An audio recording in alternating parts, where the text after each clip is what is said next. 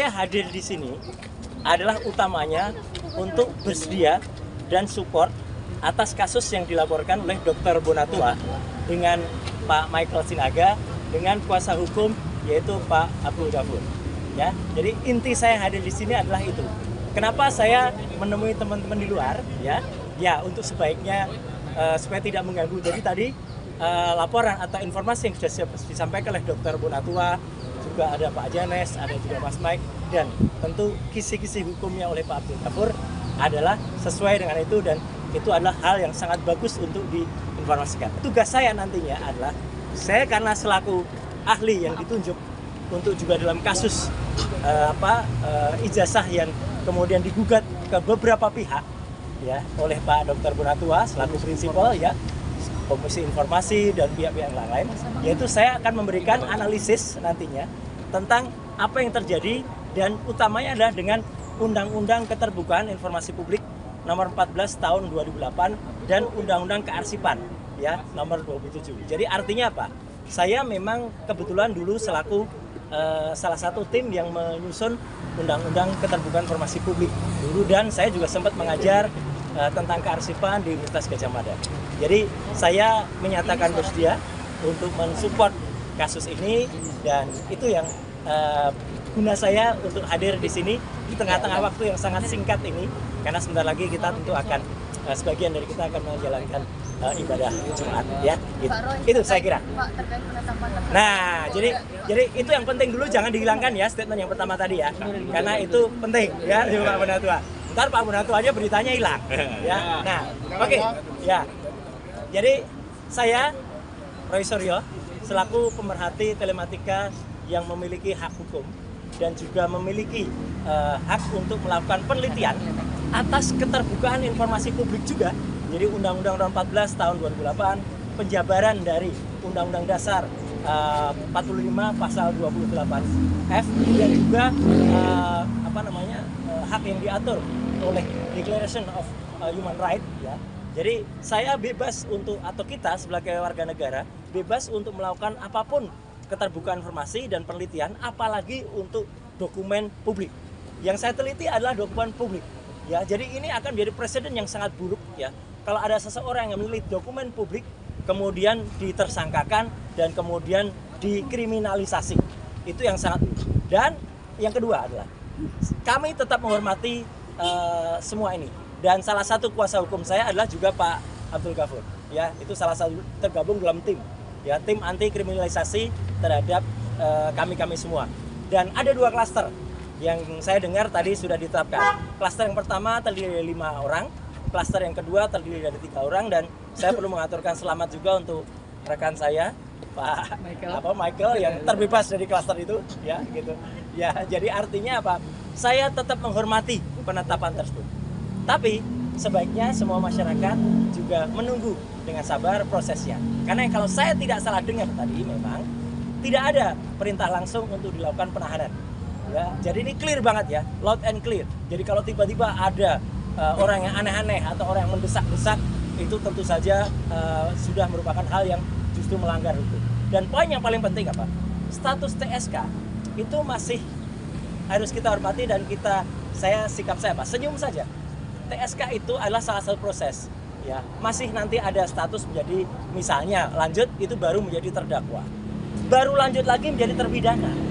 Di Indonesia ada orang dengan status terpidana saja inkrah sudah 6 tahun itu inkrahnya ya, masih bisa bebas melenggang dan menghina hukum di Indonesia ya.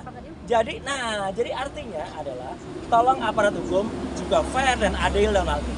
Jadi sekali lagi sikap saya apa? Saya senyum, saya menyerahkan ke kuasa hukum. Saya tetap mengajak untuk semua yang ke-7 orang lain, ke-8 orang untuk tetap tegar.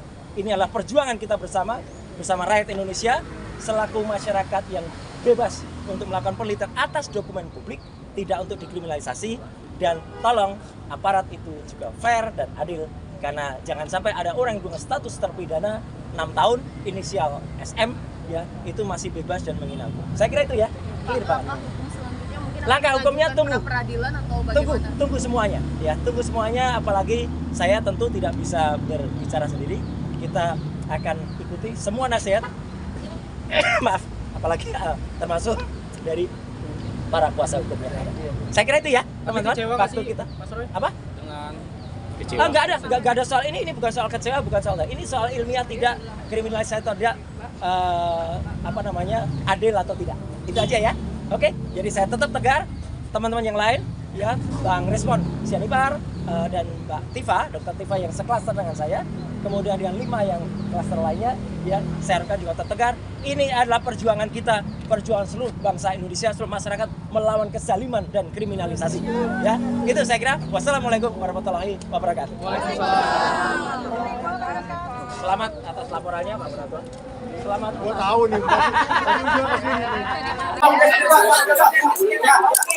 Oke, rekan-rekan media. Belum ya? Udah ya? Belum, Bang. Udah, Pak. Udah ya? Oke. Oke ya. Assalamualaikum warahmatullahi wabarakatuh. Rekan-rekan media yang kami hormati, ya.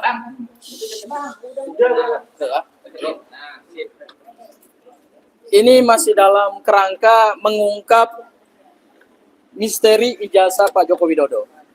Ya.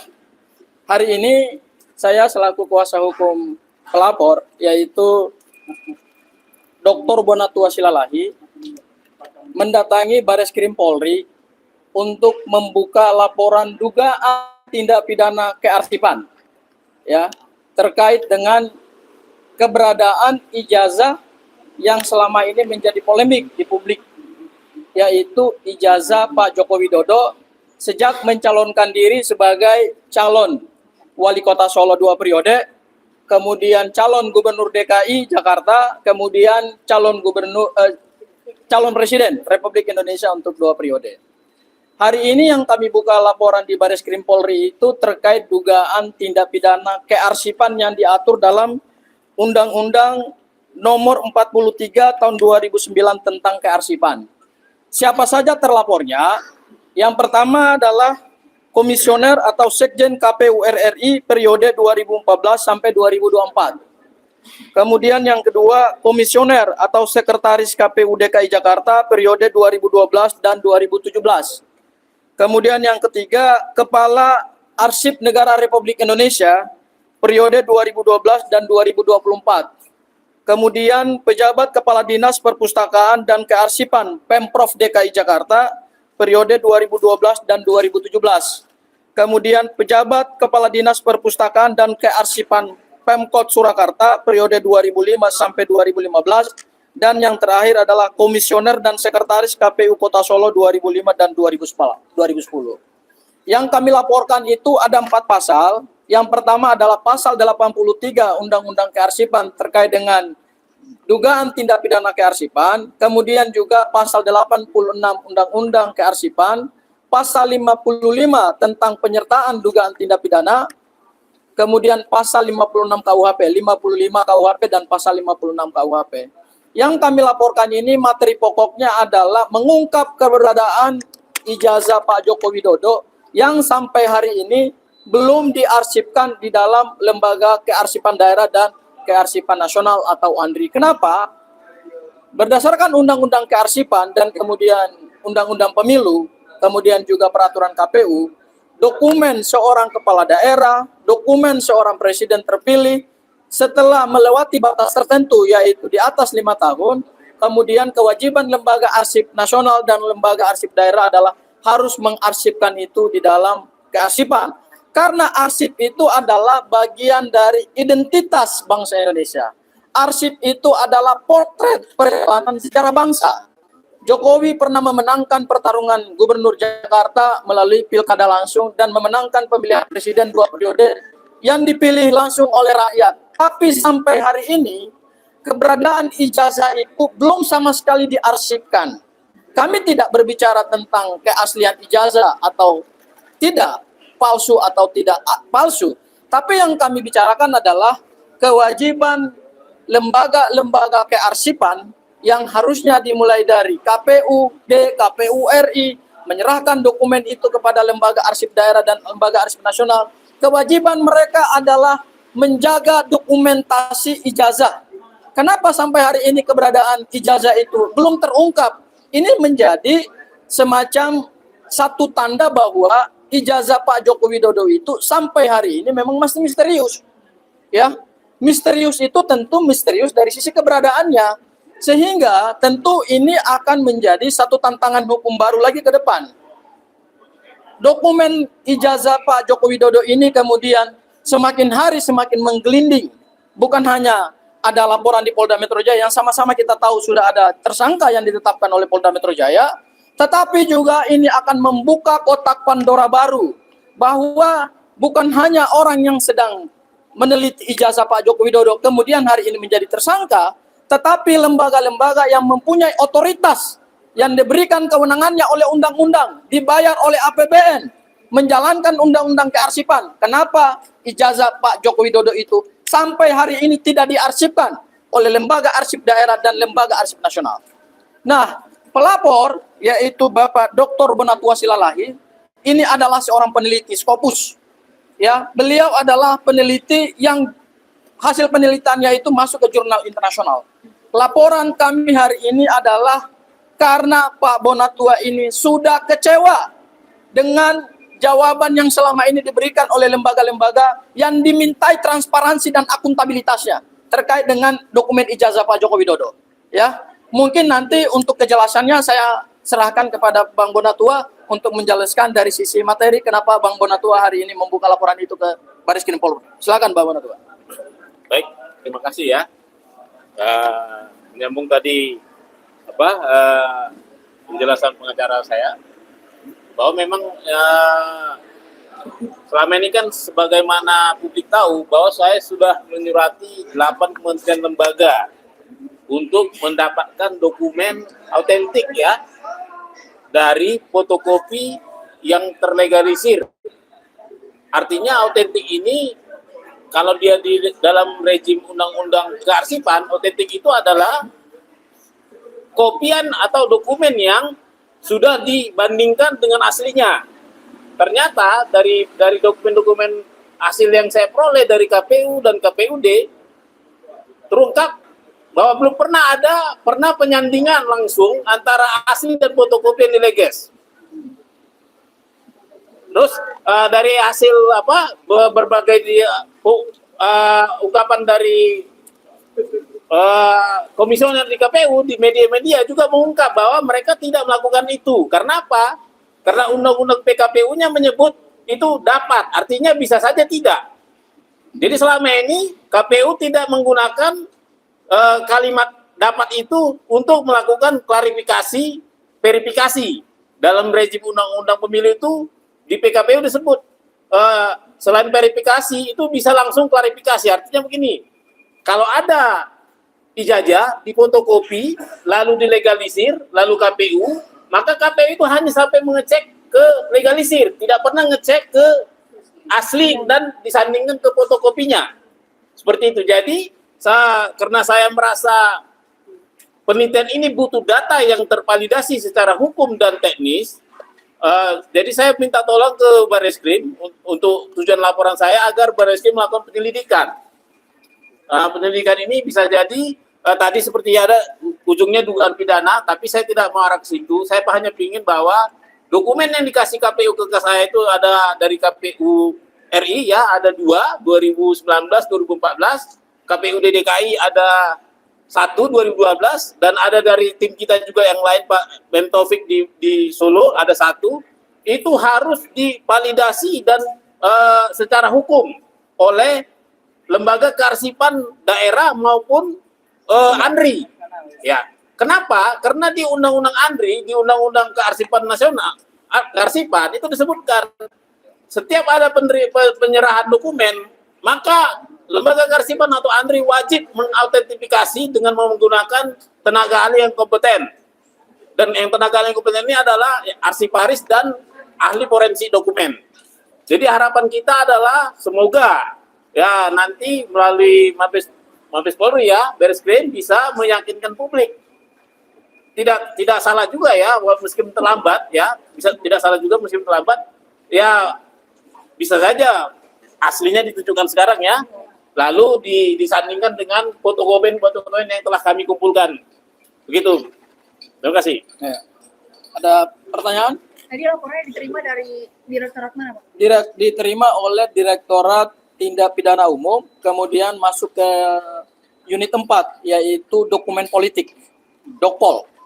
Ya, nanti kemudian kami akan melengkapi dokumen-dokumen karena tadi sudah ada bukti permulaan, kemudian penyidik meminta kepada kami untuk kemudian melengkapi bukti-bukti lagi, dan kemudian akan kami dijadwalkan untuk bertemu dengan penyidik, menyampaikan secara runut dugaan peristiwa hukumnya seperti apa, gitu Mbak. Oh, jadi untuk saat ini LP-nya belum keluar? Sudah diterima oleh pihak Baris Krim Polri, ya, sudah diterima, dan kami akan melengkapi bukti-bukti dan akan melengkapi dokumen. Boleh ditunjukkan LP-nya, Pak? Ya, Pak.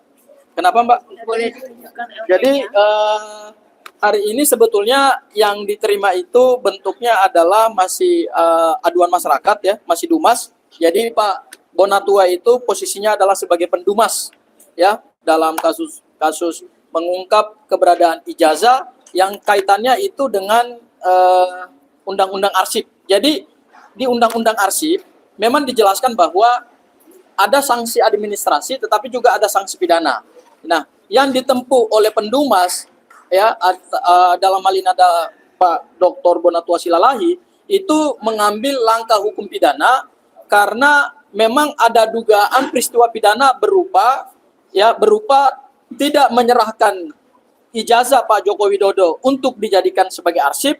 Kemudian yang kedua, diduga kalaupun ijazah itu sudah diterima dan sudah diarsipkan, berarti ada dugaan menghilangkan dokumen arsip, ya. Karena ini masih berhubungan dengan ramainya ijazah Pak Jokowi yang dibicarakan di publik, ya, sehingga jangan-jangan kita menduga, ya, ada semacam upaya dari lembaga-lembaga yang punya otoritas di bidang kearsipan kemudian menutup-nutupi informasi itu, gitu, sehingga keaslian daripada ijazah Pak Jokowi yang menurut Pak Bonatua tadi berdasarkan keterangan dari KPU tidak pernah dilakukan klarifikasi atau autentikasi antara salinan yang dilegalisir dengan fisik ijazah asli, itu yang menurut KPU tidak pernah dilakukan. Nah, kami mengharapkan dengan adanya upaya hukum pidana yang dilakukan atau ditempuh oleh Pak Bonatua Silalahi ini, Mabes Polri bisa mengungkap keberadaan ijazah asli, kemudian nanti dibandingkan dengan ijazah yang dilegalisir, kemudian nanti dicari apakah ini sudah dilakukan pengarsipan secara layak atau tidak, atau sudah dilakukan perintah undang-undang kearsipan atau tidak. Jadi kita lebih kepada melihat ada kelalaian atau ada dugaan tindak pidana yang dilakukan oleh pihak-pihak yang dilaporkan hari ini terkait dengan menyimpan dokumen ijazah sebagai bagian dari arsip negara. Nah, ini yang akan diungkap dalam laporan Pak Bonatua Silalahi, sehingga ini juga akan menjawab misterius atau keberadaan ijazah Pak Jokowi yang sampai hari ini saja masih misterius, gitu, ya, seperti itu Mbak. Kalau Pak Bonatua kemudian apa sih Pak yang ditimbulkan karena tidak mendapatkan ijazah dari Andri ini? Sebelumnya kan Bapak juga udah dapat ijazah dari KPU pusat sama RI. Lalu Pak, ini ada baru-baru ini ada 8 tersangka. Apakah ada kekhawatiran dari Bapak bahwa kasus ini masih soal ijazah Jokowi? Jadi baik, makasih. Saya itu peneliti yang masih statusnya hipotesis. Kalau teman-teman yang dari tersangka mungkin Pak RT kan berulang kali disebut di media mereka sudah ada tesis, ya. Jadi tesis mereka sudah ijazah 99,9% palsu. Kalau saya, hipotesis saya ijazah itu tidak ada, ya. Hipotesis ini bisa diterima, H0 diterima, ya.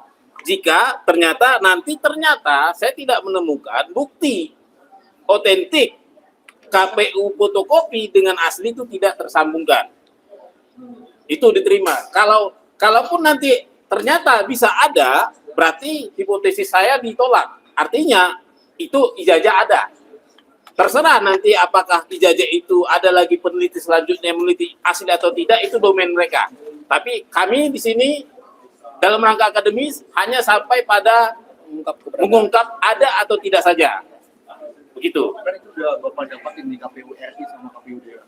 Ya, jadi gini, tadi kan seperti saya ungkapkan, dari hasil penelitian saya terhadap dokumen-dokumen yang dikasih KPU, tentunya kan yang saya minta bukan hanya salinan fotokopi ya, tapi ada dokumen backupnya bahwa fotokopi ini sejarahnya bagaimana, ya. Ternyata kan itu saya minta dokumen namanya verifikasi dan klarifikasi. Nah, di dokumen-dokumen ini tidak ada berita acara yang menyebutkan pernah dilakukan verifikasi, klarifikasi. Hanya dilakukan verifikasi tanpa klarifikasi. Kalau klarifikasi itu ya dicek ijazah fotokopi dengan aslinya.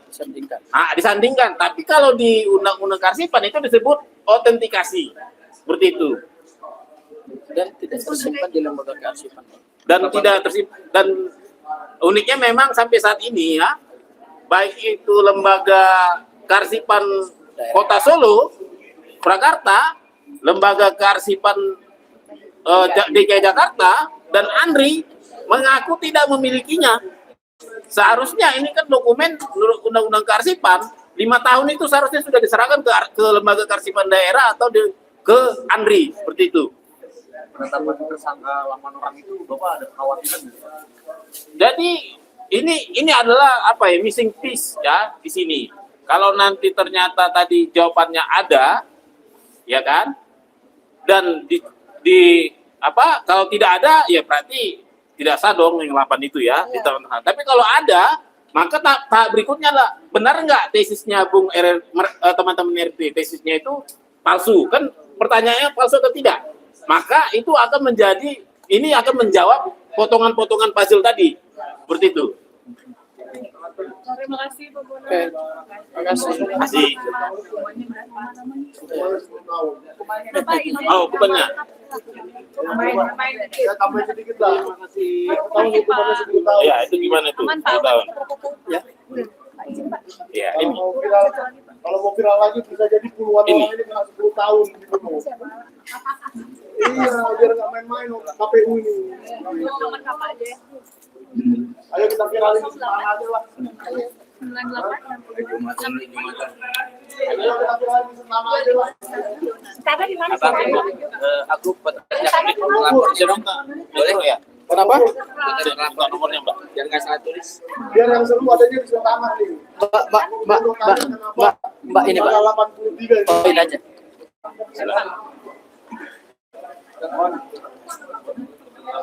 Mana satu lagi? Ayo nanti ya. Biar saya ketik aja. Berapa? Berapa? Berapa banyak yang nonton?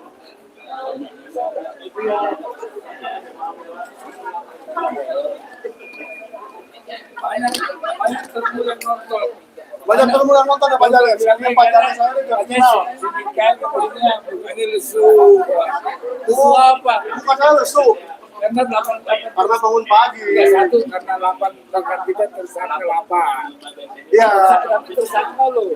Nah gini Pak Jales. Saya Kalau kalau saya nonton sama Pak Tersangka boleh nggak? saya ini pertama. Oh, Pak Jales dulu. Ini kejaksaan tidak mungkin menerima karena si pelapor itu jangan dibikin gimmick Pak Kapolda. Sangat saya sayangkan apalagi padahal tidak profesional kok. Jangan dipasangkan, tapi nggak apa-apa. Dan secara segi positifnya, kalau jaksa pun menerima tanpa ada laporan bukti si pelapor yang asli, itu dipaksakan ke kejaksaan, nanti akan ke pengadilan. Nah di pengadilan di sini tunjukkan loh. Ayo, jangan pilih senang kali tersangka itu terpidana.